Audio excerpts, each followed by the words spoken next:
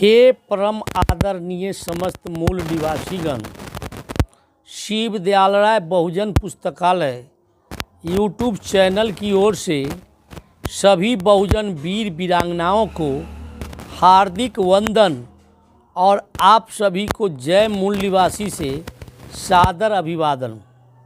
26 जनवरी 1950 को हमारा संविधान लागू हुआ, लेकिन इसके पहले हम लोगों को यह जानना बहुत आवश्यक है कि 26 जनवरी 1950 के पहले बहुजनों की क्या स्थिति थी। साथियों, 26 जनवरी 1950 के पहले धोबी के घर केवल धोबी पैदा होता था, चमार के घर केवल चमार पैदा होता था, दुसाध के घर केवल दुसाध पैदा होता था, नाई के घर केवल नाई पैदा होता था, लोहार के घर केवल लोहार पैदा होता था,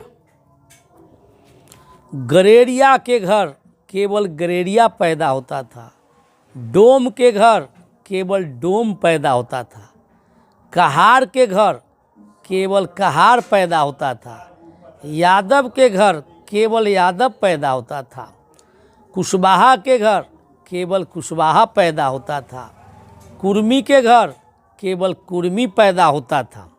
उस समय बहुजन कच्चे घरों में, तंबुओं में, झोपड़ियों में, अमीरों की हदों से हटकर गांव से बाहर तालाब किनारे रहते थे। धर्म प्रथा, जाति प्रथा, सती प्रथा, छुआछूत प्रथा, रीति रिवाज, संस्कृति, परंपराओं और अमीरों के अपने ही बनाए गए कायदे के तहत बहुजन गुलाम थे। हमें अच्छा खाना, अच्छा पहनना, बड़े लोगों की बराबरी करना, अपने हक के लिए लड़ना और पढ़ाई करने का हक भी नहीं था। हमारे धर्मगुरु और हमारी पंचायतें भी अलग होती थी। अमीर गरीब, छोटे बड़े, ऊंच नीच और जातिवाद की दीवारें थी। हम औरों के टुकड़े पर पलने वाले थे। हमारा कुछ भी नहीं था। समाज में हमारा कुछ भी वजूद नहीं था। समाज में हमारा मान सम्मान, आदर इज्जत, नाम और पहचान कुछ भी नहीं था। हमें मनहूस समझा जाता था। हमारी औरतों से मनचाही, मनमानी और बदसलूकियाँ की जाती थी। हमें गुलाम बनाकर खरीदा और बेचा जाता था। जाति और धर्म के नाम पर हमें आपस में लड़ाया जाता था। हमारे पास किसी भी प्रकार का कोई अधिकार नहीं था। कुछ भी करने से पहले हमें इजाज़त लेनी पड़ती थी। ऊंची आवाज़ में बातें करना, आंखें उठाना और सिर ऊंचा उठाना हमारे लिए वर्जित था, पाप था। हमारी एकता के संगठन को विद्रोही बताकर दंडित किया जाता था। अपने मतलब के लिए हमें मोहरा बनाया जाता था। हम कमज़ोर, लाचार, असहाय, अनपढ़, गरीब व बेघर वो बेसहारा थे। हमें दलिद्रों गिना जाता था।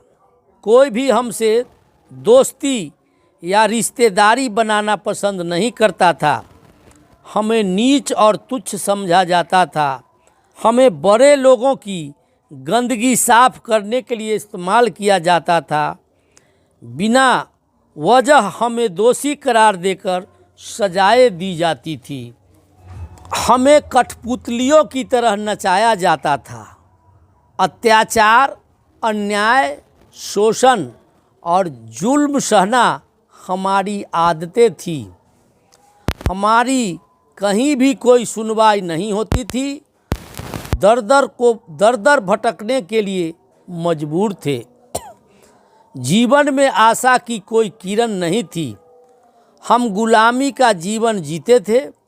हमें गले में हाथी और पीछे झाड़ू बांधकर चलना होता था ताकि हम जमीन पर थूक न सकें और हमारे पैरों के अछूत निशान जमीन पर न बचे।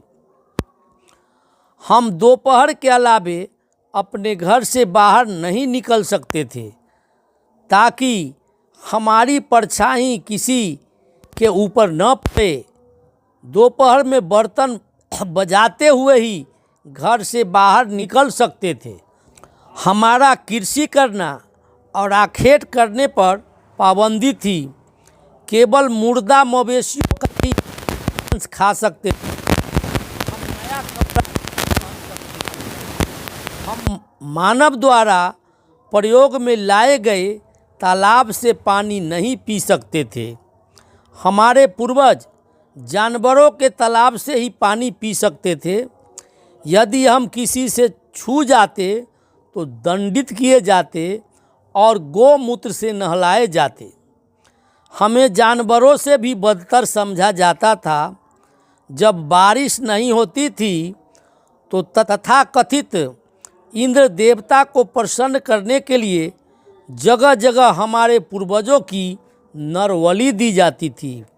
हमारे पूर्वजों की पहली संतान को पैदा होते ही गंगा नदी में फेंक देना होता था। हमारे परिवार की बेटियों को मंदिर में दान देना होता था जो देवदासी कहलाती थी। उनसे पैदा अवैध संतानों को हरिजन कहा जाता था। कोई पुल का निर्माण करते समय हमारे पूर्वजों की बलि देकर नींव में दफन किया जाता था। हमारी माता बहनों को ऊपरी अंग ढकने पर पाबंदी थी। अछूत कहकर महामारी में भी हमारा इलाज नहीं हो पाता था। हम तड़प तड़प कर मरते थे। 2 रोटी और कपड़े के लिए हमारे पूर्वजों से कोल्हू के बैल की तरह काम लिया जाता था। तो ये है 26 जनवरी 1950 के पहले की बहुजनों की स्थिति।